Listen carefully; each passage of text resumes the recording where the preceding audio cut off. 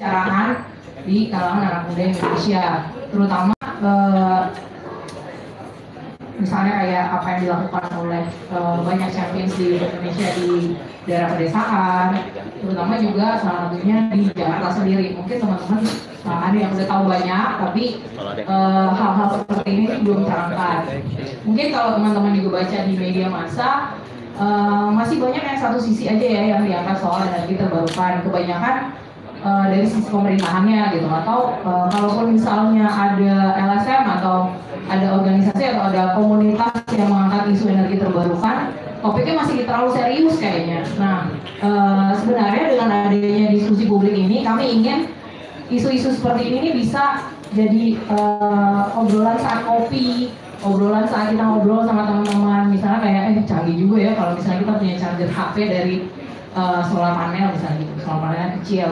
Atau ada teman yang posting di IG story, ternyata dia punya kipas yang bisa dia tempelin di kaca jendela mobilnya, terus dia bisa ngecas HP, terus dia bisa copot chargernya itu dia pasang di topinya dia. Jadi topinya dia ada kipasnya itu bisa muter sendiri gara-gara udah di-charge pakai si solar panel kecil ini. Nah, jadi ada banyak sebenarnya inovasi yang sudah ada tapi belum dibicarakan oleh kita sendiri. Padahal teknologi ada di mana-mana, terutama di kota besar kayak di Jakarta.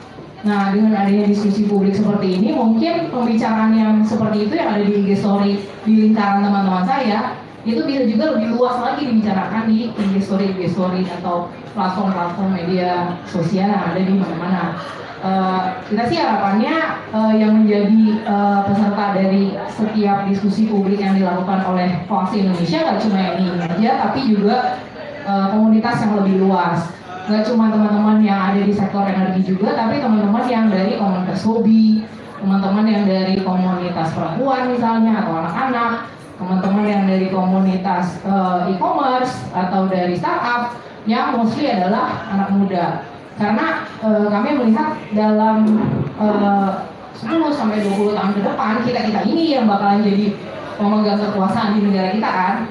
Jadi ada banyak hal yang mungkin buat kita apa sih energi terbarukan yang tadinya itu jauh dari kita, lama-lama menjadi hal yang biasa atau bahkan jadi topik yang melekat dengan misalnya ketika kita membahas soal teknologi elektronik, gaya hidup sehari-hari seperti itu. Nah, tanpa berlama-lama saya mau mengundang moderator diskusi kita kali ini, teman kantor saya juga, Juris Bramantyo. Juris Bramantyo adalah spesialis komunikasi dan kampanye. Oh, saya lupa memperkenalkan diri. Nama saya Verena Puswardani, panggilannya V. Saya Direktur Komunikasi dan Kampanye Koalisi Indonesia. Silakan Mas Juris. Terima kasih. Di depan dan narasumber kita yang keren-keren banget. Nah, sebelum kepemimpinan Mike ini saya berikan ke Mas Juris, mungkin teman-teman yang ada di sini nanti bisa memberikan testimoninya di depan, karena ada teman saya di situ yang siap merekamnya. Jadi mungkin nanti teman-teman bisa melihat wajah teman-teman sendiri di medsosnya Koalisi Indonesia. Kita ada IG, Facebook, dan Twitter. Tapi untuk malam ini nanti testimoni akan ada di IG Story. Silahkan cek di @coaction.id di Instagram. Ada kompetisi nggak ya nanti Mas Juris yang akan menyampaikan? Silakan Mas. Oke, terima kasih. Tepuk tangan dong buat Kak Ave. Jadi kita kalau di kantor tuh nggak ada yang ibu, nggak ada yang bapak, adanya semua kak. Jadi ya semua kak aja gitu, kita kayak keluarga yang semuanya nggak punya adik tapi kakak-kakak semua gitu ya. Oke, terima kasih sekali sudah hadir hari ini. Selamat sore. Selamat sore. Belum malam ya, kalau malam tuh kita mau pamitan tidur gitu ya. Assalamualaikum warahmatullahi wabarakatuh. Oke, by the way dari depan di belakang empet-empetan, saya tahu di luar hujan, pengen anak-anak kan empet-empetan, tapi di depan masih bisa melihat saya lebih jelas loh, atau di sini juga boleh. Jadi nggak apa-apa. Oke, jadi kalau biasanya kita bikin ruang aksi, oke, saya mau tanya dulu, ada yang sudah pernah datang ke ruang aksi sebelumnya? Tunjuk tangan. Oke, lumayan banyak ya. Mas, yang pakai jaket biru, udah berapa kali Mas datang ke ruang aksi? 1-7, berapa kali Mas tanya Mas? Berapa? 3. Kenapa Mas datang terus? Kenapa Mas? Kenapa yang membuat Mas siapa namanya? Mas Melvin kembali dan kembali lagi? Tapi pembahasan yang menarik. Ada lagi alasan lain? Oh, mungkin belakang saya. Oke, dioper ke belakang. Mas yang di belakang namanya siapa? Rahman. Kenapa selalu datang berulang kali ke ruang aksi? Karena topiknya menarik ya. Kalau boleh tahu dari mana mas-mas berdua ini? Mas Melvin dari mana? Dari mana mas? UNJ, Universitas Negeri Jakarta. Kalau Mas Rahman dari? Jadi Universitas Gunadarma. Oke, ternyata masih anak kampus ya. Saya kira udah kerja di mana gitu Mas. No offense loh ya, no offense. Oke, ada yang banyak yang baru datang pertama ya. Kalau saya melihat di pendaftaran, form pendaftaran 80% mungkin memang baru pertama kali mendaftar. Terima kasih sekali sebelumnya sudah menyediakan waktunya untuk kesini. Saya tahu di luar macetnya luar biasa karena hujan gitu ya. Sekali lagi saya ingetin buat yang belum dapat kursi bisa di atas nggak apa-apa, it's okay. Kita emang setting seperti itu. Nah seperti yang diceritain oleh Kak Verena tadi, ya nggak apa-apa di situ. Yes, boleh. Nggak apa-apa. Masa saya sendirian di atas ya nggak apa-apa. Biasanya kami membuat ruang aksi ini sendirian, tapi kali ini keroyokan. Kita dibantu oleh teman-teman kemitraan. Ada teman-teman kemitraan di sini? Oh ya, ada Mbak Duta. Kita juga dibantu oleh Danish Embassy, Kedutaan Besar Denmark di Jakarta, dan dibantu juga oleh teman-teman Walhi dan IBK. Kami sedang bersama-sama berkolaborasi menggulirkan sebuah kampanye dengan hashtag Energi Muda. Kenapa Energi Muda? Karena kami merasa bahwa isu energi itu terkesan diacuhkan oleh anak muda. Karena kalau anak muda zaman sekarang, pendidikan mereka sudah aktif mengomongkan. Kesehatan mereka aktif sekali membahas soal kesehatan. Isu-isu ekonomi mereka juga mulai aktif. Bahkan politik, karena dekat dengan teman politik, sudah banyak yang mengomongkan tentang politik. Tapi yang jadi tanda pertanyaan besar oleh kita adalah kenapa isu energi, terutama energi terbarukan, tidak dibahas sehari-hari. Mbaknya yang di ujung, yang pakai kardigan biru. Sehari makan berapa kali mbak? Suka-suka sih. Suka-suka? 2 kali? Iya. 2 kali, oke. Berasnya dimasak pakai apa mbak? Rice cooker. Pakai rice cooker. Rice cookernya pakai listrik apa pakai dikipasin aja bisa matang? Pakai listrik. Listrik adalah energi kan? Oke. Ada yang anak kesehatan di sini? Atau ada yang udah pernah sakit mungkin? Saya pernah sakit, nggak kebayang kalau misalkan saya lagi dioperasi nggak ada listrik. Nah itulah juga yang dialami oleh teman-teman kita mungkin di luar sana di Indonesia Timur yang belum mendapatkan akses listrik dan energi lainnya untuk kehidupan mereka gitu ya. Itu juga salah satu concern dari isu energi di Indonesia sekarang ini. Saya mau ingatin juga teman-teman, tadi saya lihat banyak yang udah mulai stories dan posting IG, silahkan tag ke IG-nya Koaksi Indonesia @coaction.id dan pakai hashtag energi muda karena nanti di akhir acara akan dipilih 3 postingan stories atau feed Instagram yang paling menarik dan akan mendapatkan voucher GoPay, betul? Betul, voucher GoPay. Lumayan kan, abis ini pasti saya rasa high fare karena macet di luar, jadi pulangnya lumayan lah ya. Akan dapat voucher GoPay. Tepuk tangan dong buat Koaksi udah ngasih kita voucher GoPay loh. Nah, hari ini tema kita adalah Champion Muda Energi Terbarukan. Kenapa kita pilih ini? Karena kita pengen ngelihatin ke teman-teman, ini adalah anak-anak muda yang sudah terjun di bidang energi terbarukan dan mereka berhasil membuat perubahan. Saya akan undang teman-teman saya. Yang pertama ada Mas Kevin Alexander. Jangan-jangan ya, versinya banyak nih.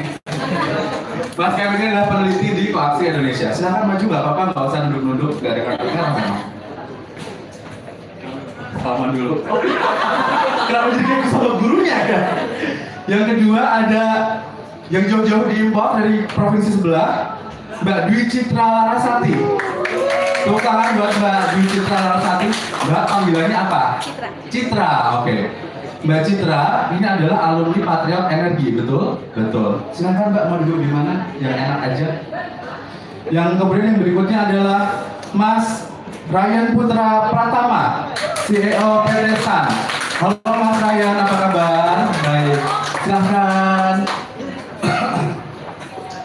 Selain 3 pembicara yang ganteng dan cantik ini, kita juga kedatangan teman-teman yang akan menjadi penanggap, karena konsep kita selalu ada penanggap. Yang pertama ada Mas Janata Giwangkara dari ISR. Boleh berdiri Mas? Iya, tepuk tangan dong. Yang kedua ada Mas Bayu Dwi Mardana dari Foto Kita. Yang mana orangnya? Iya, tepuk tangan Mas dan Mas Bayu. Dan yang terakhir ada Mas Ahmad Aziz dari campaign.com. Ya, tepuk tangan buat Mas Aziz. Oke. Hari ini kita akan mulai pembicaraan kita ya. Saya pengen teman-teman mengenalkan diri dulu. Silahkan diambil mikrofonnya boleh. Kalau nanti silahkan sampai subuh juga nggak ada yang ngomong gitu. Saya tunjuk kalau gitu ya. Oke. Saya mulai dari Mbak Citra dulu. Mungkin bisa dikenalkan Mbak Citra ini sekarang kerja di mana dan kenapa kita undang ke sini sebagai alumni Patriot Energi. Silahkan Mbak. Cek. Halo, selamat malam semuanya. Perkenalkan, nama saya Dewi Citra Larasati, biasa dipanggil Citra. Saat ini saya bekerja di sebuah NGO yang concern di bidang konservasi satwa liar. Sebelum di NGO ini, saya sempat mengikuti sebuah program bernama Patriot Energi yang merupakan asuhan Kementerian SDM terkait energi terbarukan. Mungkin cukup dulu ya. Patriot Energi di mana Mbak waktu itu? Oh, saya waktu itu penempatannya di Papua Barat. Papua Barat. Tahun berapa? Tahun 2016 selama 6 bulan. Oke, luar biasa. Mana mau bacanya Papua Barat ya. Nanti kita ada yang lanjut. Yang kedua mungkin Mas Ryan dulu. Ini Mas Ryan. Lagi gimana ceritanya? Kalau orang Indonesia Rian aja. Oh ya, oke. Mas Ryan, oke. Silakan Mas mengenalkan diri dulu. Halo, saya Rian dari Sun Energy. Karena kita baru ketemu Sun, kalau udah deket boleh dibacanya Sun boleh. Sun itu bukan orang Jawa, Kis loh Mas. Iya, makanya Oke. boleh, kalau Sun boleh. Jadi abis ini kalau ketemu di luar boleh langsung takis sama Mas ya.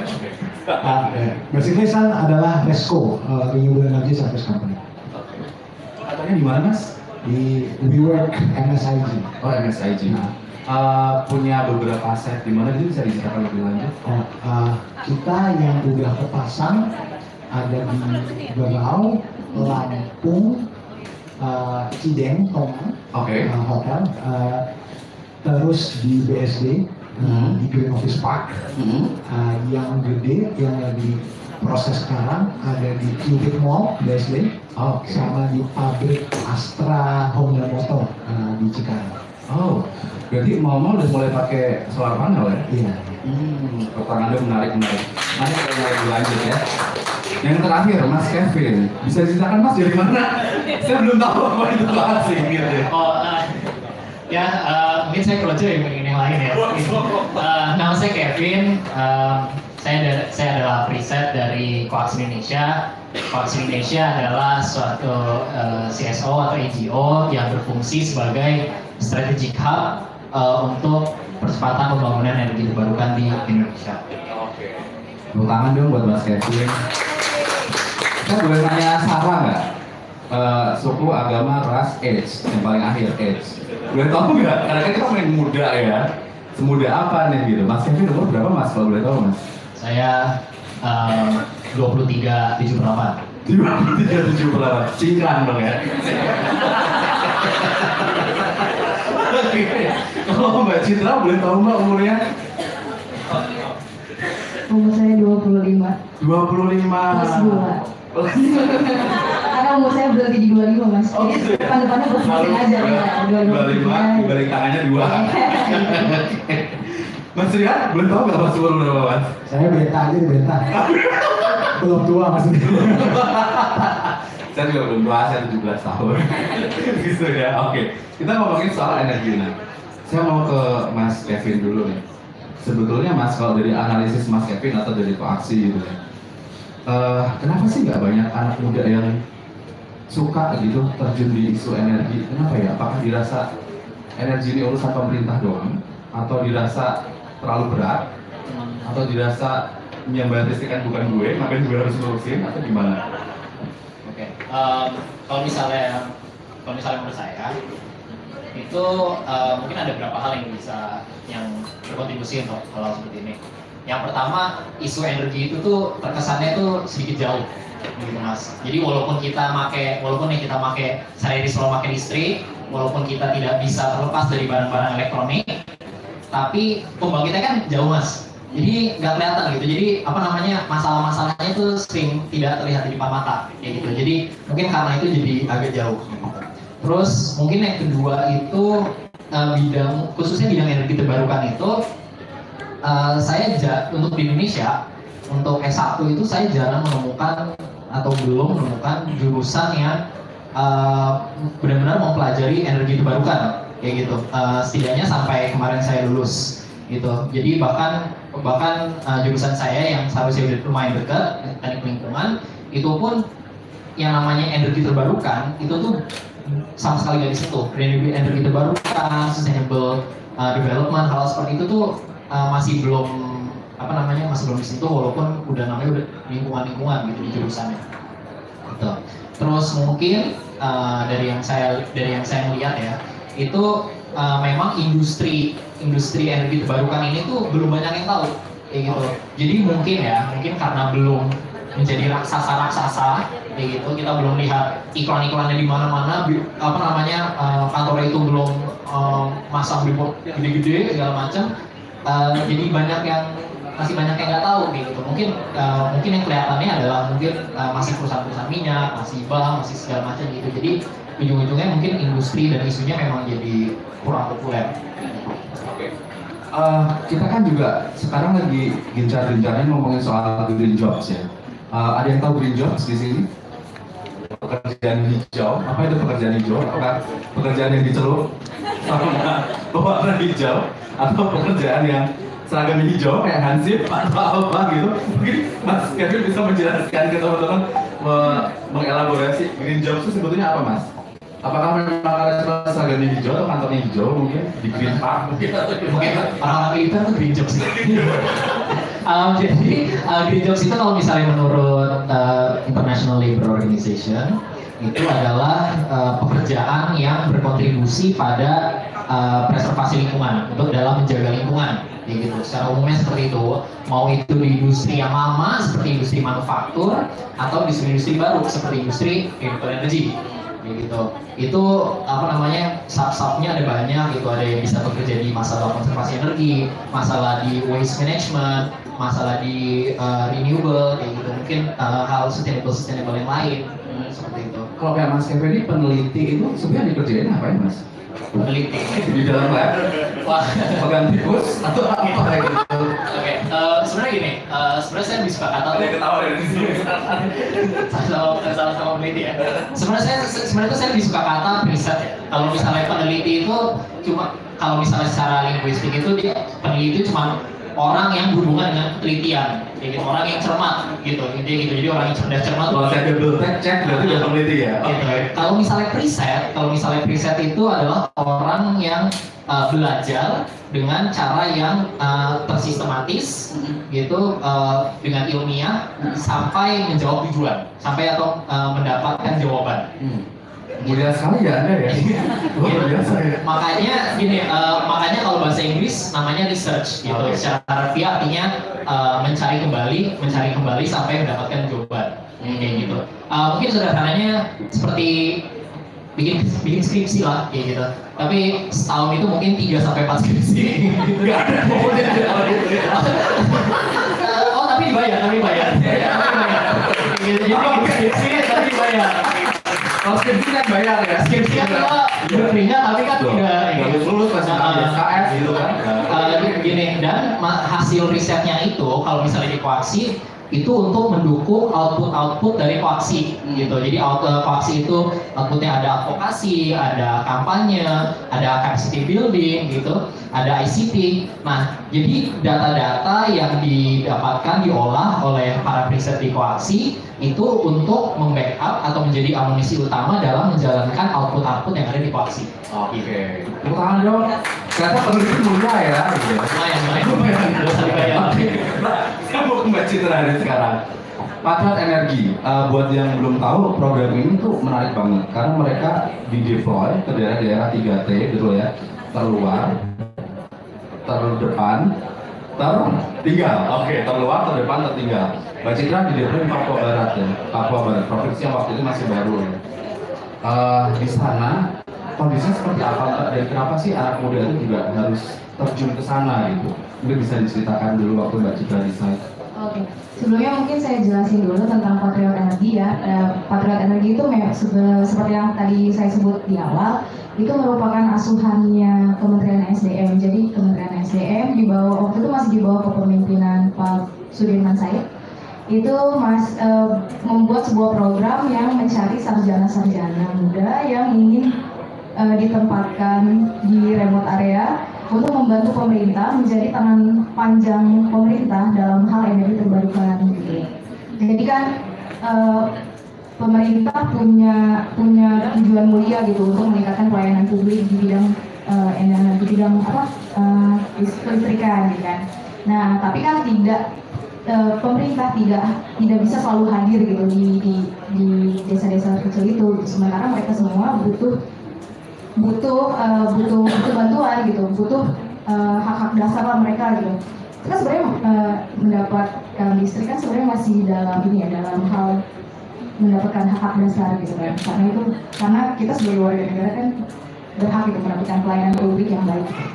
Nah, jadilah terciptalah itu sebuah program Patriot Energi. Jadi waktu itu ada dibuka seleksinya, itu open recruitment kok. Kalau misalnya itu semua ada di internet, cari aja gitu. Kalau waktu itu saya pertama kali dengar dari teman yang sebelumnya ikut Patriot Energi. Gitu. Jadi habis itu dia sebelumnya itu sebelum masuk Patriot Energi saya juga sebelumnya menjadi fasilitator di bidang yang serupa. Jadi sebelumnya saya di Kabupaten Alor, itu di bawah Kementerian Kelautan juga di bidang energi terbarukan juga. Jadi waktu itu saya menjadi pendamping masyarakat di Kabupaten Alor buat menjawab tentang pembangunan PLTS di sana.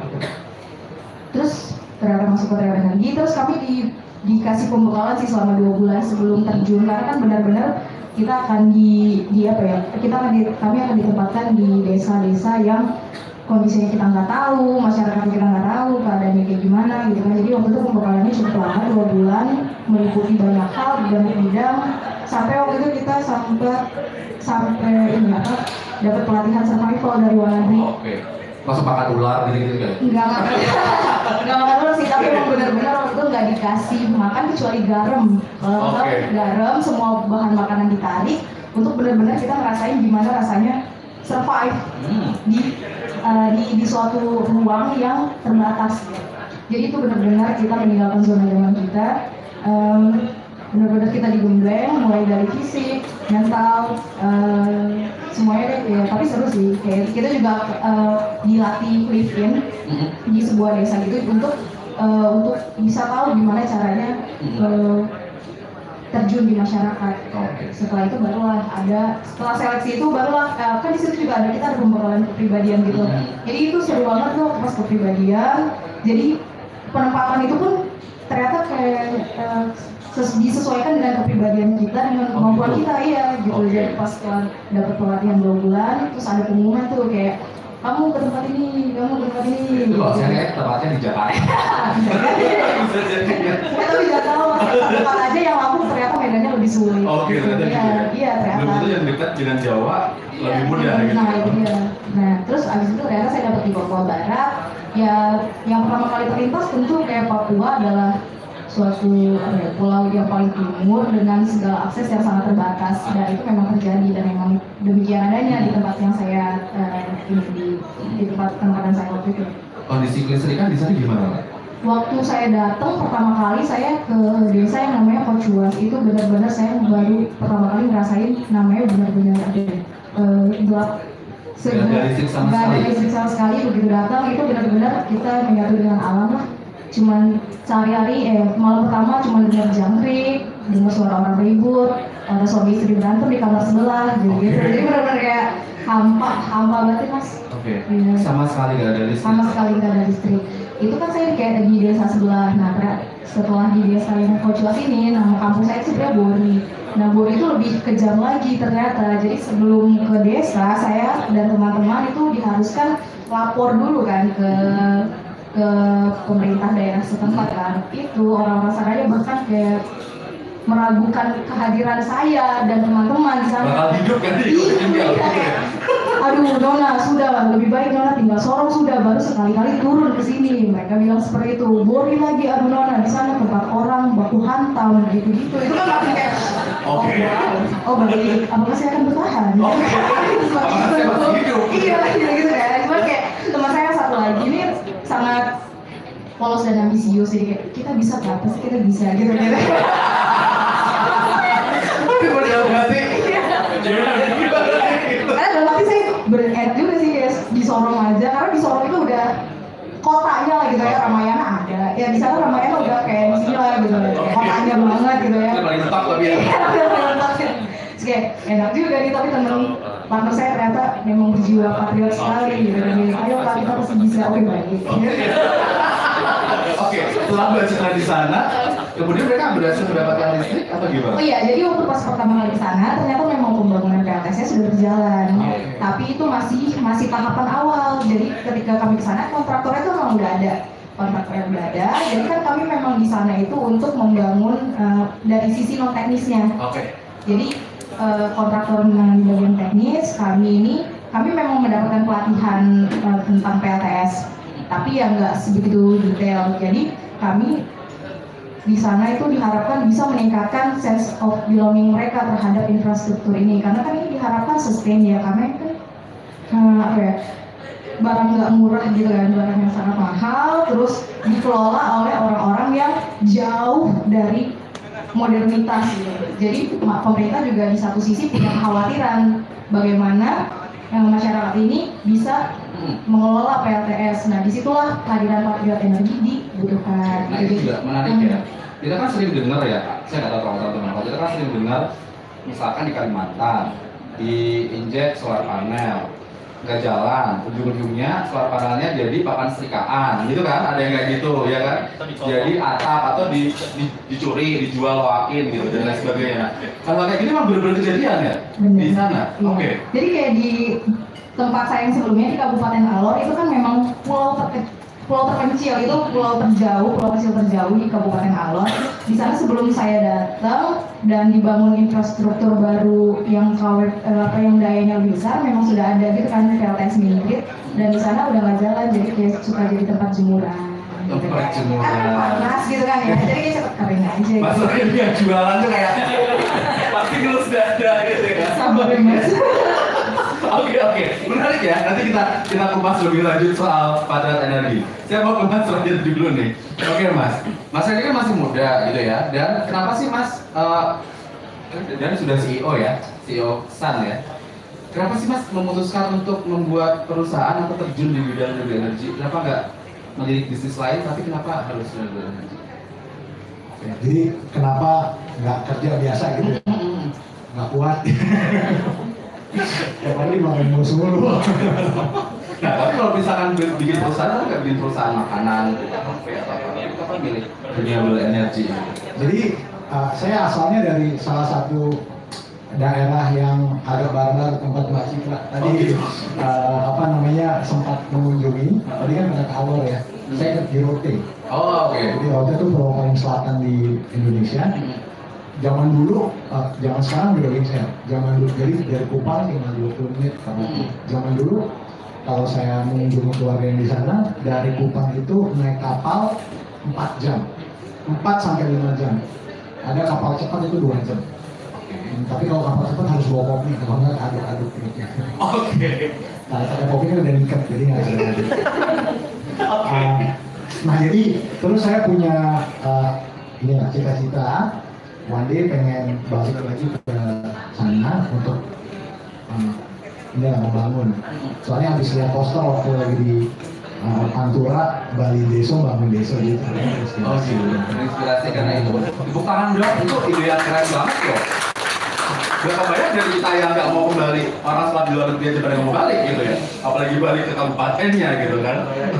Lanjut Mas Ali, ceritakan soal Sun lagi. Ya, nah waktu saya beberapa kali kunjungin NTT, saya waktu itu ke beberapa tempat kayak Kupang, Rote, Soe. Kalau Soe itu naik ke atas dari Kupang. Challenge-nya memang yang paling memang orang sih challenge-nya. Jadi kayak kalau dari Kupang ke Solo itu jalannya kecil, jadi cuma muat 2 mobil arah sana sama arah sini. Di sepanjang jalan isinya orang-orang di pinggir jalan itu minum Shopee. Shopee itu minuman keras. Iwak gitu ya? Terus mereka ternak sapi, ternak babi, sapi sama babi jalan-jalan kemana-mana, orangnya teler di situ. Oke. Jadi sedih gitu ya. Tapi selain orang, infrastruktur jadi masalah. Dan sebetulnya sebelum ngomongin infrastruktur jalan dan segala macam, saya lihat yang jadi masalah pertama adalah listrik. Yang jadi masalah pertama adalah listrik. Dan ini agak tragis karena mungkin dari koaksi juga mungkin riset, sebenarnya daerah Nusa Tenggara Timur itu gudangnya renewable energy. Dan jadi akhirnya saya mikir mungkin waktu itu juga waktu saya resign dari tempat saya dulu lagi hype renewable energy, jadi saya pikir mungkin ini the right time to do something. Ya, the right time to do something. Lu udah tahun keberapa Mas? Kedua. Masuk tahun kedua. Dan sudah tadi dengan portfolio klien yang sebanyak itu ya? Iya. Nah, ini mungkin yang jadi pertanyaan banyak teman-teman muda di sini karena saya lihat 50% adalah mahasiswa yang mendaftar ya. Apakah benar-benar bisnis yang menguntungkan kalau kita terjun di situ? Soal anak muda selalu worried sama pendekatan dan lain sebagainya gitu. Apakah ini benar-benar menguntungkan, Mas? Kalau menurut saya, yang namanya startup Mas gitu nggak mungkin menguntungkan dari awal. Ya, yang besar-besar aja bakal dulu sampai sekarang masih nggak profit menurut saya. Tapi pertanyaannya mungkin berprospek atau enggak? Kalau menurut saya nggak cuma menurut saya sih sebenarnya. Menurut sebagian besar teman-teman saya juga yang berkecimpung di usaha ini sangat prospektif. Bahkan one day ada kemungkinan. Sekarang kenapa tadi di tempat Mas Citra nggak ada listrik? Jawabannya satu, PLN belum masuk. Dan kenapa kita nggak mikirin soal listrik? Karena listrik menjadi masalah buat kita karena PLN belum ini. Jadi ngasih unjuk bahwa kita begitu bergantungnya sama utilities kan. Tapi PV atau solar energy one day bisa bikin semua orang dimanapun bisa punya listrik tanpa bergantung sama siapa. Oke, itu menarik ya. Tanpa harus menggunakan tagihan-tagihan bulanan itu dan titik-titik pulsa token itu kan yang menyebabkan kalau habis gitu ya. Oke, ini menarik. Saya kembali ke Mas Kevin lagi. Menyambung dari kata Mas Ryan, Mas Rian. Sebagai contoh, Nusa Tenggara Timur itu pakai gudangnya renewable energy gitu ya. Source-nya banyak gitu. Sebetulnya Mas, menurut Mas Kevin di Paksi, potensi renewable energy di Indonesia itu sebesar apa sih Mas? Dan apa aja gitu ya sebetulnya potensinya? Mungkin dari ini dulu ya Mas, mungkin dari menjelaskan sedikit bahwa Indonesia itu punya yang namanya bauran energi. Bauran energi itu kalau kalian ngumpulin semua energi yang ada di Indonesia ini terus dipresentasein, itu namanya bauran energi. Jadi ada yang primer, jadi yang termasuk bensin segala macam, ada yang masalah tenaga listrik, ada yang khusus tenaga listrikan gitu. Nah, di Indonesia itu kalau buat energi terbarukan di energi primer itu sekarang itu baru bauran kita tuh baru 8,4%, sekitar segitu, baru 8,4%. Jadi sekitar lebih dari 90% kita masih bergantung pada fossil fuel. Masih bergantung pada fossil fuel. Nah, jadi sedangkan kita punya target nih di 2025 untuk kita mencapai bauran itu mencapai 23%. Begitu, jadi PR-nya masih banyak. Padahal kalau tadi nanya potensi kita masih, ya mungkin masih banyak gitu. Soalnya jadi gini, kita ini baru pakai sekitar datanya SDM ya, itu kita baru pakai sekitar 2% untuk tenaga listrik, 2% kapasitas sebenarnya kayak gitu.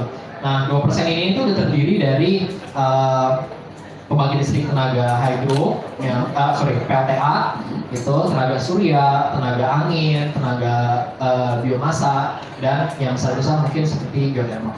Oke. Nah, kalau sekarang kan akhir-akhir ini kita sering melihat pemerintah itu lumayan gencar ya. Kayak beberapa bulan lalu launching kebun angin di Sidrap gitu ya, terus beberapa PLT tenaga surya beberapa diinstal di beberapa tempat di Kalimantan cukup banyak gitu ya. Kalau pemerintah sudah punya willing seperti itu, sebetulnya bisa dilakukan sama anak muda apa sebetulnya untuk membantu? Pertanyaan bagus. Oh jelas. Oh iya. Terima kasih. Sesuai skrip ya. Gitu. Nah, jadi Mas, untuk pertanyaan yang sama sekali tidak di skrip ini, potensi anak gini. Jadi ada 4 cara supaya anak-anak muda, gitu, anak-anak muda itu pokoknya belum tua, itu bisa masuk ke dunia renewable energy, gitu. Ada 4 pokok permasalahan. Yang pertama pendanaan, pendanaan. Yang kedua teknologi, gitu. Terus sama masalah SDM, gitu. Jadi misalnya untuk pendanaan, pendanaan itu salah satu masalah paling besar dunia energi terbarukan Indonesia itu adalah perusahaan-perusahahan, ya mungkin nanti bisa dikoreksi. Jadi perusahaan-perusahaan yang mau PPA, gitu, yang mau akad jual beli listrik, gitu, itu udah PPA tapi dia nggak financial close, gitu. Jadi artinya nggak mendapat pendanaan untuk menjadikan proyeknya. Berarti nggak dianggap sama bank sebagai bisnis yang viable? Iya, sama bank itu tidak dianggap seperti bisnis yang seksi. Kayak gitu, bukan nggak seksi, mungkin paling begini sih. Iya, bukan seksi tapi resikonya banyak. Gitu, jadi serem lagi. Resikonya banyak. Artinya kalau misalnya resiko banyak itu jadi susah dapat pinjaman, kayak gitu. Makanya barusan tadi pagi pemerintah itu munculin suatu namanya dana energi terbarukan. Sudah ada. Itu untuk kayak membagi resiko, gitu. Terus ada juga masalah teknologi, gitu. Kalau misalnya teknologi gini, jadi sekarang yang pertama teknologi buat renewable energy itu masih banyak yang impor, kayak gitu. Ujung-ujungnya hal itu menjadikan teknologi itu mau bikin pembangkit jadi lebih mahal. Nah ini apakah karena kita belum mampu atau kita nggak mau alih teknologi? Nggak mampu itu kan Indonesia? Saya nggak tahu ya Mas. Masalahnya sebenarnya sebatas nggak mampu apa kayak gitu. Tapi memang kenyataannya bahwa gini mungkin di luar pun kayak gitu. Kalaupun kita misalnya impor itu hal-hal seperti baterai buat solar PV itu katanya masih mahal kayak gitu. Mungkin nanti dikoreksi sama Mas Rian kayak gitu. Apakah mitos-mitos ini masih benar? Gitu. Nah terus jadi kita butuh anak-anak muda ini. Tadi kan PR masih banyak, kita butuh anak-anak muda itu jadi orang yang ngedorong renewable energy ini melalui dari sektor pendanaan, melalui masuk ke sektor teknologi, gitu, melalui masuk ke meningkatkan SDM yang meningkatkan kapasitasnya, belajar lagi di bidang sustainable energy atau renewable energy, kayak gitu. Supaya nanti ketika benar-benar sekarang kan memang sudah dibutuhkan, gitu. Jadi workforce-nya lebih banyak yang support. Jadi ibaratnya kita gotong royong buat menjadikan nih energi terbarukan itu menjadi energi yang sangat digunakan oleh Indonesia. Mungkin selain SDM, pendanaan sama teknologi, yang menurut saya paling harus duluan adalah satu kebijakan. Iya, karena memang pemerintah sudah punya will yang bagus 23% 2025 ya. Tapi dengan tadi kayak masih berapa 8,5 sama Kevin di berita kita masih ada angka 11 atau 12,5, masih jauh sekali dari ini. Dan mungkin yang paling penting adalah soal keinginan kita, anak muda, warga negara gitu. Karena kayak tadi kata Mas Ian, kita tuh selalu dibiasakan hidup serba kecukupan energi, bahkan berlebih ya. Kita kan suka kayak gitu ya. Coba ngaku, siapa yang habis nge-charger HP nggak dicabut chargernya? Banyak. Itu masih menghabiskan 25% listrik walaupun nggak dicolokin. Ada yang masih suka TV selalu on, warnanya masih merah, cuma dipencet remote-nya doang. Banyak. Kenapa nggak kalau udah selesai ya apa tinggal itu dicabut? Perusahaan-perusahaan Jepang itu buat tombol tuh dia tuh dipencet gitu ya. Kenapa nggak dipencet gitu? Itu ada kabel tuh dia tuh dicabut gitu. Kenapa nggak dicabut? Anak muda ini terbiasa sekali ya dengan hal kayak gitu. Dan mungkin Mbak Citra bisa menjelaskan kenapa sih anak muda ini kayak kasarannya kayak apa ya? Kayak nggak ngerasa energi terbarukan itu penting, karena mungkin nggak pernah ngalamin kayak Mbak Citra gitu di sana. Nah, gimana Mbak caranya biar yang datang hari ini dan teman-temannya itu ngerasain gitu bahwa sepenting itu, sevital itu gitu energi, dan kenapa kita harus ngedorong ke pemerintah gitu. Jadi gini, menurut saya memang karena adanya itu ya, adanya perbedaan pengalaman dan background story kita masing-masing. Jadi menurut saya kayak gini, kayak misalnya kalau misalnya bagi anak-anak muda atau bagi warga Indonesia bagian barat, penggunaan energi terbarukan itu tujuan utamanya adalah untuk mengurangi konsumsi atau ketergantungan kita pada bahan bakar fosil atau energi fosil. Sementara bagi saudara-saudara kita yang di sana yang belum mendapatkan fasilitas atau layanan publik yang baik, penggunaan energi baru terbarukan adalah sebuah kesempatan untuk mendapat kehidupan yang lebih layak. Bukan lagi tujuan utama untuk pengurangan konsumsi, karena apa yang mau dikurangi ketika mereka bahkan belum dapat gitu. Jadi ini adalah sebuah kesempatan. Energi terbarukan itu sebuah kesempatan buat mereka untuk hidup lebih layak, belajar lebih baik di malam hari, bekerja lebih baik di malam hari, bersosialisasi lebih baik di malam hari gitu. Jadi emang ini tergantung sudut pandang aja sih gitu. Jadi ya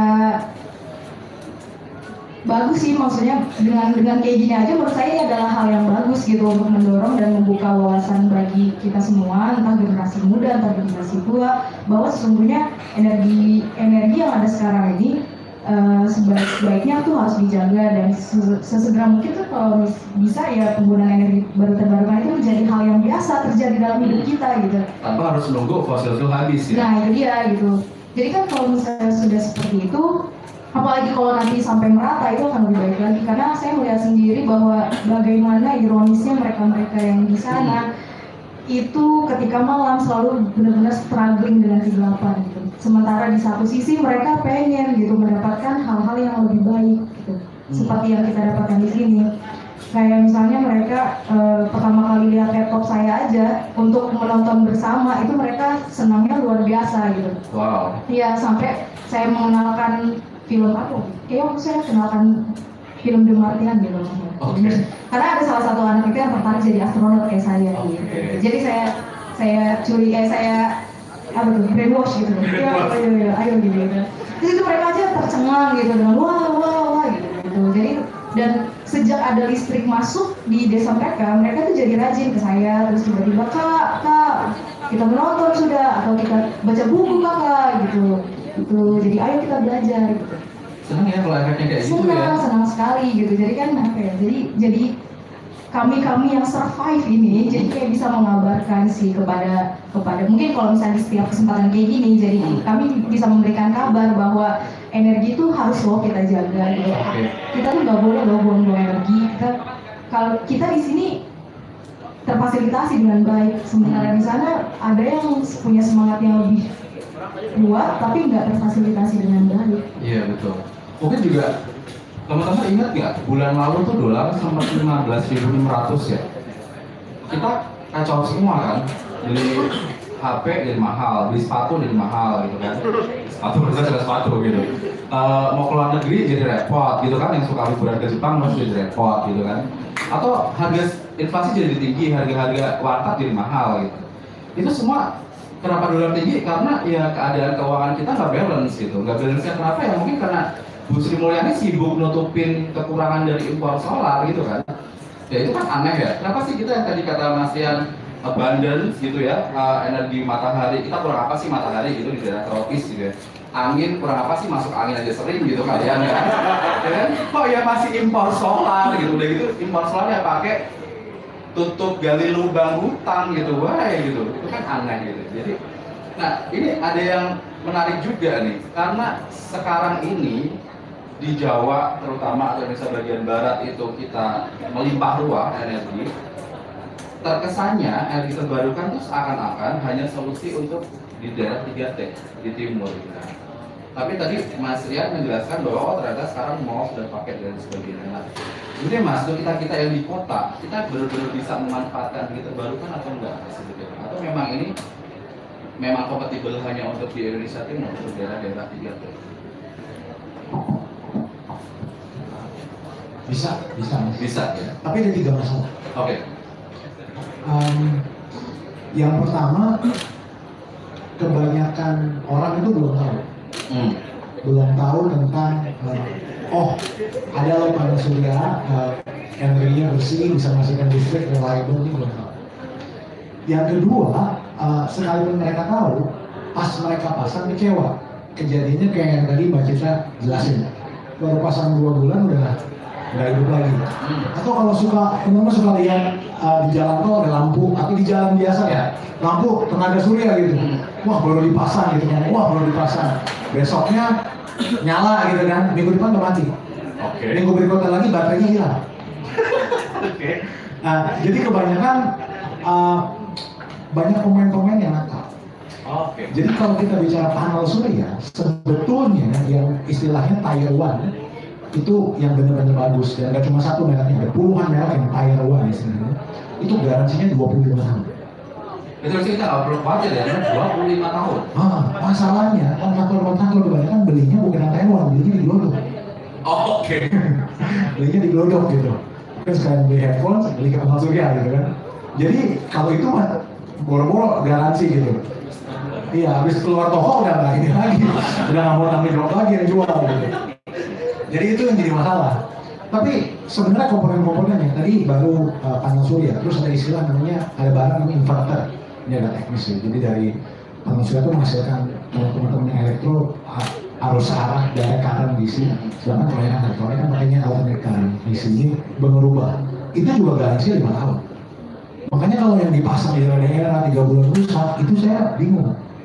Itu pakai Glodok atau beli di mana, saya nggak tahu. Pasar ular kan? Bisa jadi pasar ular. Kalau di satu di situ juga. Tahu deh. Nah, itu masalah kedua. Masalah ketiga, oke, nggak tahu dan ketemu pemain kontraktor yang bagus, beli barangnya bagus, tapi nggak pasang. Karena masalah duit. Karena mahal. Sebetulnya kita lihat mahal atau murah kan nggak ada. Kita bilang mahal karena menurut kita dibandingkan fungsinya kita bayar lebih mahal. Nah, panel surya dibilang mahal karena savingnya baru bisa kerasa untuk nutup investasi di depan itu bisa 5-6 juta. Nah, makanya yang ketiga ini itu yang sangat menjembatani. Jadi anyone bisa pasang panel surya for free. For free? Ya, bukan anyone, sorry. Any factories. Any factories. Aku udah lagi mau dalam kontrak yuk. Jadi any factories, any shopping malls, any office buildings bisa pasang for free. Jadi kalau di sini ada yang punya usaha startup, bisa kantornya di panel solari, bisa ya? Bisa. Nanti tinggal bayar sewa aja. Nanti sewanya ini kita jamin lebih kecil dibandingkan saving dari biaya listrik. Kan karena pakai panel surya otomatis bayar listriknya jadi lebih murah. Nah, selisihnya ini lebih besar kita jamin dibandingin sewa yang dibayar sendiri. Itu di mana masuk sendiri? Kalau saya dipaksa nggak mau udah keluar. menarik mas. Nah, ini kan menjadi menarik di kalangan anak muda ya. Kalau kita ngomongin soal pengguna, mungkin dari teman-teman kayak dalam hati dari tadi ngomongin panel solar, belajar rumah kagak punya, bener-bener rumah ngekos nasi gitu ya. Tapi sebenarnya kan ada cara kayak tadi dijelasin sama Mas Kevin ya, bahwa banyak bidang green jobs di bidang energi gitu. Jadi kalau teman-teman belum bisa pasang panel surya di rumah masing-masing karena belum punya rumah, kenapa nggak terjun di bisnisnya gitu kan? Jadi kan bisa jadi saingan Mas Rian maksudnya gitu. Tapi nggak apa-apa, makin banyak yang jualan makin murah gitu kan, nggak masalah gitu. Atau ngambil buat yang masih SMA, ngambil kuliah di teknisi panel surya dan lain sebagainya gitu. Atau kayak Mbak Citra yang pengen melistriki daerah-daerah di luar sana gitu ya, itu kan menarik ya sebetulnya. Nah, jadi tadi saya udah ngomong banyak, saya pengen ngasih coba pertanyaan, kesempatan bertanya untuk teman-teman audiens dulu. Silakan ada yang mau bertanya? Oke, 1, 2, oke 2 dulu. Mohon saya dibantu kakak-kakak mikrofonnya. Makasih loh, sudah dibantuin.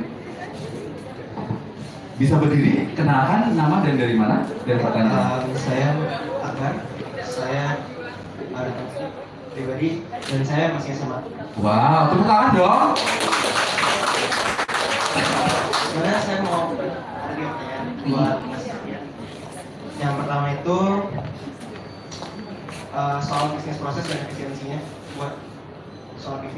Terus kalau soal regulasi, sering nggak sih terpaut sama regulasinya pemerintah? Terus problem solvingnya gimana? Nah, yang terakhir ini buat Mbak Citra juga sama Mas Rian. Kalau misalnya di daerah terpencil ini, di daerah 3T, itu sering nggak sih kena masalah sosial dan budayanya. Pengolahan masyarakat itu problem solving juga gimana? Oke, terima kasih. Tepuk tangan dong, pertanyaannya advance sekali ya. Aku takjub anak SMA sekarang. Satu lagi mas yang di belakang tadi kak. Iya. Mohon berdiri masnya, saya nggak kelihatan. Iya. Iya. Panitia enggak. Peserta bayaran. Ya, saya Regi dari FDTJ. Saya minta pendapat dari Mas Rian. Kebetulan baru-baru ini kan pemerintah baru ngeluarin peraturan baru tuh yang revisi tentang pajak 65% itu. Kemudian saya punya bayangan ACV di 2019 mungkin aja mampu untuk masang panel surya. Lalu saya tanya-tanya teman-teman saya, katanya sekarang itu 21 juta angkanya gitu. Nah yang saya tanya bisa lebih murah dari itu. Kira-kira di 2019 itu dengan aturan baru, dengan masyarakat, pemerintah itu campaign di berita-berita nasional tentang energi terbarukan itu, dengan aturan yang baru revisinya, apakah bisa lebih murah dari angka 21 juta itu? Yang kedua, proses untuk pemasangannya itu apakah bisa lebih mudah? Karena saya dengar dari tahun-tahun sebelumnya untuk masuk panel surya aja harus beremail dengan menteri atau nelpon menteri gitu supaya bisa dipasang panel surya gitu. Oke, terima kasih. Ini sih udah minta diskon sih, ya kan? Oke, dua dulu. Silakan Mas Rian mungkin menjawab dulu pertanyaan dari siapa tadi? Akbar. Mas Akbar ya. Saya merasa diuji skripsi sama dosen. Bisnis proses sama efisiensi. Agak traumatik gitu. Oke, bisnis proses itu maksudnya proses yang sedang kerjain gitu ya. Oke, jadi kita kan kliennya sebenarnya B2B ya, business to business. Jadi pabrik, terus mall, terus perkantoran, perusahaan tambang, perusahaan perkebunan, BUMD juga bisa. Nanti BUMD larinya ke tempat yang kayak Mbak Citra bilang yang belum terjangkau PLN. Jadi problemnya tipikalnya tiga. Kalau pabrik sama mall sama perkantoran itu problemnya mereka biasanya mau ngejar image green. Kalau perkantoran atau mall biasanya untuk dapat sertifikat, ada namanya green ship certificate.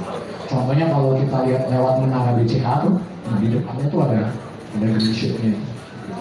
Tapi mereka nggak mau dapat green ship dengan mensubstitusi sebagian listrik dengan solar panel, tapi nggak mau beli gitu. Jadi kita fasilitasi, kita perjanjian sewa sama mereka selama 15, 20, 25 tahun.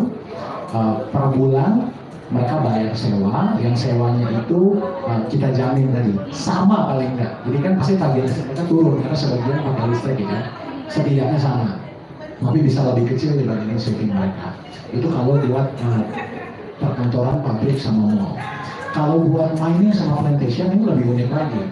Mining sama plantation itu kan kebanyakan daerahnya di luar jaringan PLN.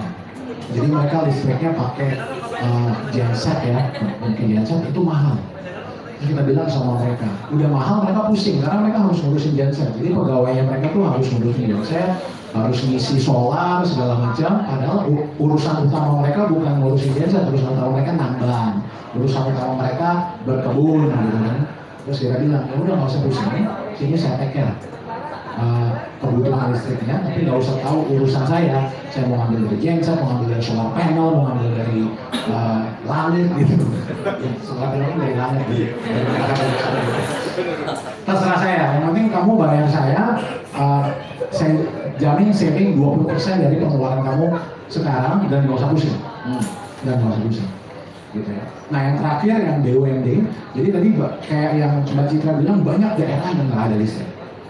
Tapi sebenarnya daerah yang nggak ada listrik ini nggak berarti mereka nggak punya kemampuan ekonomi. Oke. Salah satu daerah yang kami masuk di daerah Tebu, Kabupaten Tebu di Jambi, nggak ada PLN. Tapi tiap rumah punya satu genset. Wow. Karena apa? Tambang emas rakyat. Jadi itu pasirnya ada emas, jadi mereka banyak ada tambang emas rakyat di situ. Jadi, tapi hati-hati kalau habis ini mau ke sana, ada sungai, ada buayanya soalnya. Jadi bukan cuma di Jakarta yang ada buaya, di sana juga ada buaya. Nah, mereka punya kemampuan, tapi simply mungkin PLN belum masuk karena terlalu jauh dari trafo terdekat dan tidak ekonomis. Karena kalau PLN kan gayanya centralized, secara teknis. Centralized maksudnya bangun lembaga listrik satu yang besar gitu, terus dia distribusikan. Padahal kalau daerah terpencil kan itu satu desa, terus desanya masih jauh lagi, nanti lebih mahal membangun jaringannya tiang sama ininya. Jadi lebih pas sebetulnya memang solar panel, jadi satu desa satu gitu ya. Nah, akhirnya pendekatan kita yang sekarang kita lagi coba, kita bilang sama BUMD-nya, karena BUMD-nya sekarang juga sudah melistriki desa. Jadi saat ini BUMD di Jambi ini dia udah mengambil beberapa desa yang nggak masuk PLN, terus di situ dia bangun genset sama apa namanya jaringan, terus masyarakatnya bayar ini. Dan BUMD sebetulnya punya wewenang. Nah, jadi ada namanya izin wilayah, BUK, atau wilayah usaha kelistrikan. Jadi kalau BUMD sudah punya wilayah usaha kelistrikan, maka wilayah ini listriknya yang melayani adalah BUMD. Terus kita bilang sama BUMD, ya udah bapak-bapak BUMD bisa masuk ke daerah sana juga, listrik memang kita yang suka. Oke, jadi nanti BUMD yang bertransaksi sama rakyat, dan kemudian kita bertransaksi sama BUMD. Oke. Kalau soal regulasi gimana Mas? Selain menjawab pertanyaan Mas sama Mas Melvin, regulasi apa benar harus telepon menteri? Waduh, problem solving ya. Sayangnya nggak akan bisa solvingnya kalau soal regulasi. Jadi kalau pasang yang di rumah sebelumnya nggak ada regulasinya. Jadi regulasi sebelumnya itu maksudnya saya bicara sebelum regulasi terakhir yang keluar minggu kemarin. Kalau di sini suka mengamati, minggu kemarin keluar permen soal rooftop ya, permen soal rooftop yang langsung sosialisasinya kemarin hari Rabu. Terus heboh, ada dari Eurochem, ada dari ASI, Asosiasi Energi Surya, semua menanggapi. Jadi kayaknya sampai 1 bulan ke depan akan heboh nih semua peraturan itu. Tapi sebelum peraturan itu muncul, memang tidak pernah ada regulasi terkait pemasangan panel surya selain dari untuk menyuplai PLN.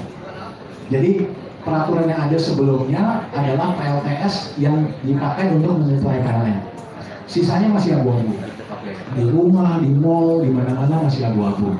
Itulah mungkin kenapa harus sampai ke menteri.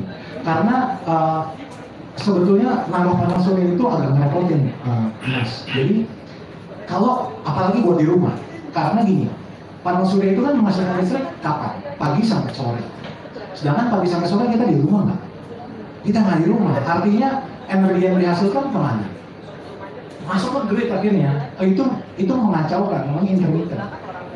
Nah makanya kalau saya dulu, sampai sekarang sih, itu saya selalu pasang namanya zero export. Zero export itu komponen yang ditaruh supaya kalau pas energinya dihasilkan di pagi sampai sore, terus nggak ada konsumsinya, dia nggak bakal masuk ke grid. Dia mati di situ, kan istilahnya zero export, jadi ekspornya nol. Gitu. Itu yang jadi masalah sebetulnya. Makanya PLN BT itu merepotin Mas betul. Tapi sebetulnya ketika ada zero export udah nggak ada masalah lagi. Gitu ya. Nah, tapi setelah kemarin keluar regulasi itu nggak apa-apa, nggak apa-apa tiap rumah nggak usah sampai menteri, izinnya ke PLN wilayah aja. Yang jadi masalah, teman-teman kalau misalnya teman-teman beli panel surya, misalnya payback-nya atau BEP-nya, misalnya nggak lewat saya ya, langsung gitu beli cash. Payback-nya kan 5 tahun. Tapi 5 tahun ini perhitungannya memperhitungkan semua energi yang dihasilkan panel surya itu kita pakai. Artinya kalau pas pagi sampai sore kita ngantor, kita kuliah, energinya ini loss, maka payback-nya nggak 5 tahun, bisa 10 tahun. Makanya di luar negeri, mereka pasang atau mereka punya policy namanya net metering. Yes, di aplikasinya juga. Net metering itu artinya pas dia beli, itu tuh disupply ke grid PLN, dibeli sama PLN. Nah salah satu yang bikin kisruh dari permen kemarin, net metering itu bisa diaplikasikan, tetapi harga belinya cuma 65%. Jadi membuat yang 5 tahun tadi akhirnya berubah, mungkin nggak nyampe 10 tahun, tapi tetap berubah ke 7-8 tahun. Misalnya gitu. Nah, buat saya yang nggak biasa pakai net metering, nggak ada masalah. Tetapi masalahnya karena klien saya kebanyakan pabrik gitu ya, industri, dan PLN bilang pemasangan di industri harus bayar charge. Nah, charge-nya ini yang membuat juga akhirnya ekonomis lagi. Jadi akhirnya kalau ditanya gimana bisa solve, yang nggak bisa solve, baru solve yang kemarin ada masalah lagi. Jadi regulasinya nggak mendatangkan jawaban, sebenarnya datangin masalah menurut saya. Oke. Ya, tadi satu pertanyaan Mas Agus buat Mbak Citra apa ya? Tadi aku saya lupa. Tantangan sosial. Waduh, dunia sama. Oke, tantangan gimana Mbak Citra? Jadi saya pertama mau salut dulu nih sama Akbar, kayaknya waktu SMA saya terancam nggak naik kelas, tapi kalau Akbar ada di sini terus bertanya gitu kayaknya, sayang banget. Terus jadi gini, 2 kali saya ikut program yang berkaitan dengan dengan energi terbarukan, di 2 tempat berbeda, itu dua-duanya punya tantangan yang berbeda-beda. Di Alor tuh waktu itu saya sempat jadi waktu di Alor saya ditempatkan selama 8 bulan di Pulau Treweh namanya sama desa, saya lupa. Terus abis itu, kalau di sana tuh tantangannya sebenarnya kalau tantangan sosialnya nggak terlalu mencekam gitu. Kalau di sana sih lebih ke ininya sih, lebih ke medannya. Jadi waktu itu kami ribut soal gimana nih cara mendirikan pembangkit listrik di pulau kecil, pulau karang kecil gitu. Jadi itu tempatnya benar-benar berundak-undak. Sementara kan pembangunan PLTS sebaiknya di tempat yang rata kan ya Mas ya. Gitu. Jadi waktu itu benar-benar kayak kita mikir gimana nih caranya. Ternyata tapi hebatnya masyarakat di Pulau Alor itu, mereka di Pulau Treweh itu, mereka itu kekeluargaannya masih kental. Jadi waktu itu problem solvingnya adalah dengan mereka berunding, saya juga ikut di situ. Jadi sama-sama gimana nih Mbak Citra, nggak apa-apa kok. Gimana saya balikin ke Bapak, kalau misalnya Bapak semua bisa membuat ini jadi rata ya kenapa enggak gitu. Kalau itu bisa saja, itu gampang itu, mereka bilang begitu. Ternyata kerja sama mereka walaupun medannya sulit bisa-bisa aja gitu. Mereka ngebabat-babatin batu mereka benar-benar hancur-hancurin biar semuanya jadi rata. Oke. Cuma waktu itu di sana masalahnya adalah ketika, jadi kan kami di sana diminta untuk membuat kelompok pengelola PLTS. Ini kan dari segi non teknisnya untuk mereka yang nantinya setelah kami dan kontraktor pergi, mereka yang akan merawat itu semua kan, merawat PLTS. Jadi ketika waktu ngomongin soal pembiayaan, karena kan nggak mungkin pembiayaannya dari pemerintah lagi gitu. Jadi kan pembiayaannya harus secara mandiri, karena itu yang dimauin pemerintah juga, bahwa mereka bisa secara mandiri mengelola PLTS yang udah dibangun gitu untuk mereka juga kan pada dasarnya. Nah itu waktu itu sempat ada kisruh karena ada perbedaan sudut pandang, perbedaan pendapat. Bahkan waktu itu ada salah satu ketua yang sampai bilang, saya akan cium kaki Mbak Citra kalau mau nurutin semua perkataan saya. Wow, itu kayak, boleh juga. Tapi enggak. Tapi kayak, wah jangan gitu Pak, terus akhirnya berunding. Intinya sih kayak sama itu dengan yang di Papua. Kalau di Papua itu tantangannya malah justru di sosial budayanya, karena mereka kan makhluk sama ya, kita juga makhluk. Mereka tuh kayak gimana ya, memang berada di suatu kampung kecil gitu, jadi memang belum tersentuh hal-hal yang berbau modern, terus mungkin wawasannya juga tidak seperti kita gitu kan. Jadi mereka kadang suka keras kepala gitu, suka kadang kayak dan menurut saya masih di sana tuh masih banyak yang money oriented sih. Jadi kayak apa-apa tuh boleh, tapi harus dibayar segini, boleh, tapi ini harus dibayar segini gitu. Bahkan sampai ada kejadian pernah kayak distribusi peralatan PLTS itu di Palang gitu gara-gara ada satu hal yang belum diselesaikan antara kontraktor dan masyarakat gitu. Jadi kayak permintaannya waktu itu belum berjalan dengan baik gitu. Nah, gimana cara menyelesaikan itu semua? Jadi dari awal saya berada di sana, saya tidak menempatkan diri sebagai seorang tangan kanan pemerintah yang lagi ditempatkan di situ. Tapi saya memosisikan diri saya itu sebagai ya udah keluarga jauh yang datang untuk membantu. Jadi benar-benar saya datang ke sana nggak langsung kayak, ayo Pak ini PLTS, Bapak harus ini, Bapak ini gitu enggak. Tapi kayak saya ikut dulu sama mereka, saya kenal dulu, oh ini Bapak ini Bapak ini. Mereka pergi berkebun, saya ikut pergi berkebun. Kalau mereka jadi pertama yang harus sebenarnya ini juga salah satu pembekalan yang kami terima juga sih sebagai Badan Energi, bahwa jangan sampai kita memosisikan diri lebih tinggi lah daripada mereka atau sebagai teman-teman pemerintah, tapi yang memosisikan diri sebagai itu gitu. Jadi biar nggak ada rasa segan atau rasa seperti apa ya, oh dia kan pemerintah jadi ya Orang diguruin gitu. iya gitu. Jadi benar-benar kayak kalau di alur kan mereka kebanyakan nangkap ikan gitu kan, berkebun ya ikut gitu. Terus seringnya juga saya diminta untuk ngajar di sana, jadi benar-benar untuk mendekati diri lah, memasyarakatkan diri di sana, ikut main ke hutan, nyari ikan di sungai, terus ikut belanja sama mereka gitu-gitu, sampai akhirnya mereka nggak segan-segan lagi terhadap saya gitu. Jadi posisi saya di sana bukan lagi dipandang sebagai hal yang bisa mengancam mereka nih gitu. Menarik ya, mungkin teman-teman harus coba sekali-kali liburan ke tempat-tempat seperti itu ya. Ih bisa banget, Nah, boleh kalau mau untuk kesana. merasakan gimana rasanya nggak ada listrik Iya, benar. bergaul dengan masyarakat. Iya, bisa jadi wisata kontemplasi sih. Wisata kontemplasi, menarik ya. Iya, Wisata betul. kontemplasi. Oke. Kan spiritualitas. Habis ini kita kabar baik ya. Oke. Saya juga sudah ada dari iCare, Mas Adli Renhoren. Apa kabar Mas? Oh sudah datang. Apa kabar Mas? Mau bergabung dengan saya di depan? Silakan di sini Mas. Tepuk tangan dong buat Mas Adli Renhoren. Lewat depan atau silakan Mas. Nah ini iCare, ini kalau tadi kita ngomongin soal rural, ya kan, teknologi, ini peneliti. Nah, iCare ini bisa dikenalkan Mas Adli ini iCare itu seperti apa? Yang jelas iCare itu bukan produk dari Apple, jadi kita nggak ada urusan sama Apple. Oh, udah ada iCare gitu ya? iCare itu singkatan dari Institute for Clean and Renewable Energy. Kalau boleh jujur, awalnya itu kita sekumpulan, awalnya itu isinya bapak-bapak pengusaha hydropower. Pengusaha hydropower, mereka bikin pengen edukasi warga soal energi air waktu itu. Kemudian 2 tahun kemudian bapak-bapak ini ternyata temannya banyak, nggak cuma hydropower, tapi ada energi-energi lain juga.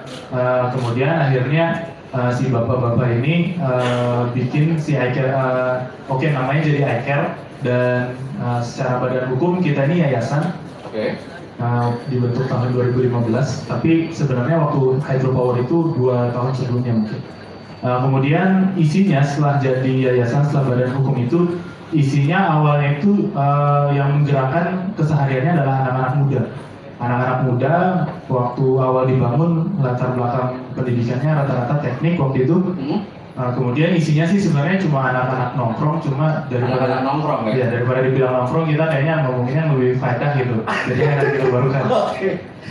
Ada berapa teman yang sudah bergabung di iCare sekarang? Kalau kesehariannya kita cuma 7 orang. 7 orang? 7 orang. Tapi untuk karena kita sering bikin event, kita juga develop project juga. Kita mungkin volunteernya itu ada sekitar 200-an. 200-an volunteer. Tepuk tangan dong. Jadi yang di sini bisa ikut jadi volunteer? Bisa. Saya bisa. 2, 3. Oh banyak ya yang jadi volunteer. Oke. Nah kerjanya selain meningkatkan kesadaran ya soal energi terbarukan, kalau nggak salah iCare ini juga bikin buku ya? Oh iya. Buku bisa diceritain nggak Mas, bukunya buku kayak apa itu? Jadi bukunya itu saya nggak bawa contohnya, tapi kalau yang tertarik boleh lihat ke Instagram kita. Isinya itu buku komik sebenarnya. Komik ya? Kita pengen bikin serial namanya Pasukan Energi. Spiritnya sih mungkin kalau teman-teman yang laki-laki pernah dengar Kapten Tsubasa. Waktu itu kan ketika bikin Takahashi itu bikin Tsubasa, anak-anak bocah di Jepang jadi pengen jadi pemain bola semua gitu. Spiritnya kita pengen bawa spirit itu, tapi instead of sepak bola kita pengen bawa ke energi. Kita bikin namanya Pasukan Energi. Sudah terbit episode pertama Pasukan Air. Jadi kita datang ke pelosok-pelosok, biasanya yang dekat dengan pembangkit listrik hydropower. Kita sebarkan buku Pasukan Air supaya anak-anak daripada mereka cuma bermimpi sebatas saya cuma punya banyak uang, mungkin lebih baik saya bisa mengubah air jadi uang gitu. Oh, menarik ya, mengubah air jadi uang. Tapi bukan dukun ya? Bukan ya? Nggak listrik tentunya. Bisa jadi listrik ya? Nah, kalau nggak salah iCare itu sering bikin semacam pelatihan ya buat orang-orang yang pengen, tadi kan banyak yang mungkin belum kebayang ya, kayak pasang solar panel tuh kayak apa, bikin mungkin mau balik ke desanya masing-masing gitu, terus mau bikin pembangkit listrik tenaga air yang mini atau mikro itu seperti apa, itu iCare menyediakan jasa seperti itu juga? Ya, jadi kita awalnya kita mungkin pengen bikin kayak capacity building gitu. Tadi mungkin kalau salah Mas Ryan ya yang bilang kalau kebanyakan kan bank-bank belum lihat project-project EBT ini bankable. Jadi salah satunya kita juga pernah diundang oleh Bank Jateng waktu itu. Mereka sangat tertarik untuk investasi di proyek hydropower, tapi mereka nggak tahu mulai dari mana. Jadi kita mulai dari kita edukasi karyawan-karyawan banknya soal potensinya apa, risikonya apa aja. Terus nanti dari situ mungkin harapannya bank-bank itu lebih melek terhadap EBT gitu. Hal yang sama kita lakukan ke universitas dan SD. Untuk saat ini baru universitas dan SD? Iya. Sekolah dasar? Sekolah dasar. Oh, berarti kalau teman-teman yang kampus pengen ngundang berarti bisa ya? Bisa. Di sini mungkin ada dari Universitas Pertamina ya. Ini udah pernah ngundang juga.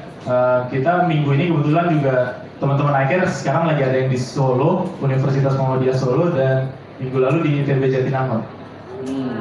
Minggu lalu juga kayak ke Semarang ya? Di Kendal ya, Mas Yan ya? Tahu dong. Iya, ya. Saya kan dukun.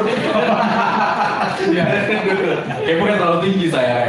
Oke. Nah, selain 4 narasumber kita di depan, kita juga kehadiran beberapa penanggap. Saya pengen minta tanggapan ke Mas Egi dulu, Mas Janata Jiwangkara dulu dari ESR. Sebetulnya ada celah apa sih yang bisa kita serbu bareng-bareng gitu di bidang renewable energy? Karena kan ESR ini memang fokusnya di kebijakan ya. Terus kemudian untuk anak muda kita bisa ngapain Mas? Atau mungkin ada pertanyaan untuk mereka berempat, silakan Mas. Itunya mana? Iya. Baik, terima kasih Kak Juris. Ya.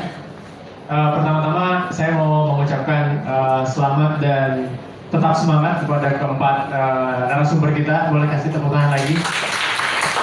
Karena bisa dibilang sesuai dengan temanya Champion Muda Energi Terbarukan Indonesia.